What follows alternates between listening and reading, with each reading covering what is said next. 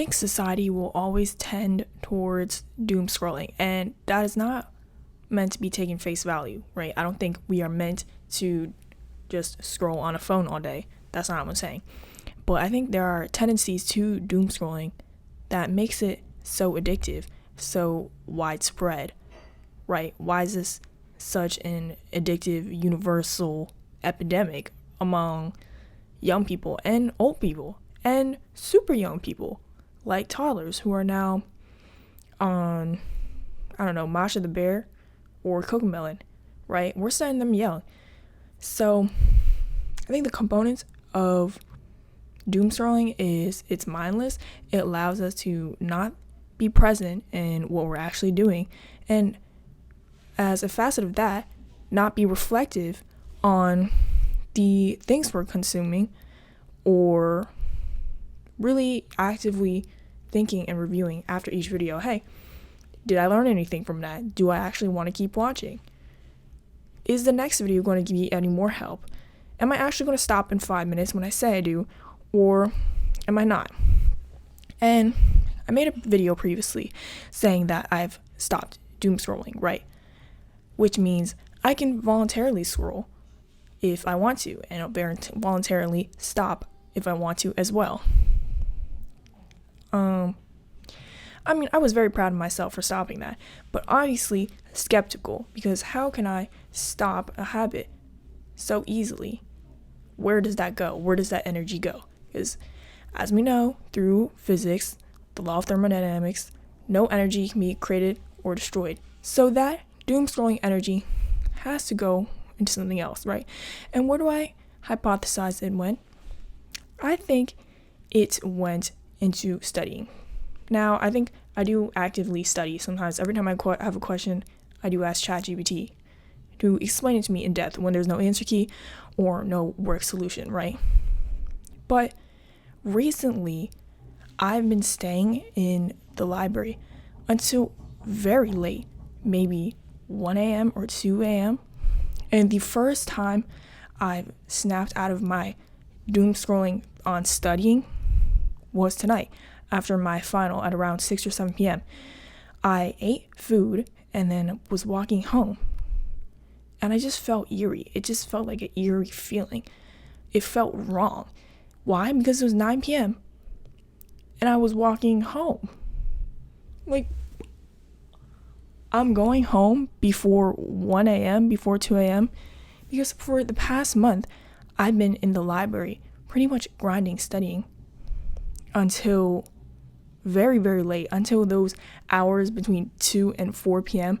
where they tell you not to leave your house, right? I was at the library, and then I would walk home, and that became my routine. And I never really thought about it. I never really considered it. And all of a sudden it was April. It was January, and all of a sudden we're in April. My body is still there.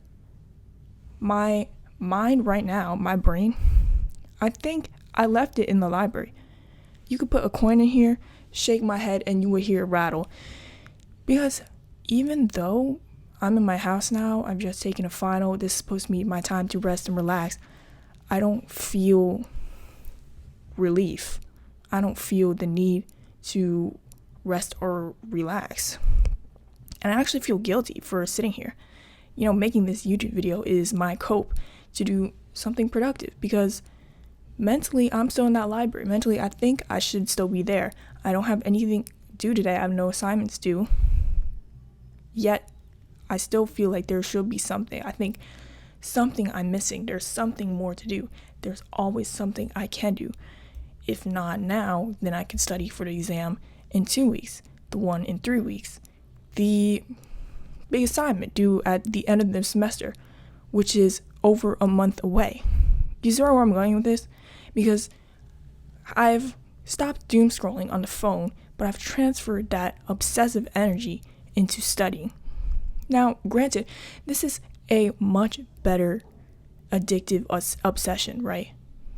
But the same way it's hard to extract ourselves from doom scrolling on the phone and be present fully here, I've now taken that into studying, and I've studied so much all the time without breaks without being intentional about setting my boundaries in between my life and studying. Studying has almost become my life.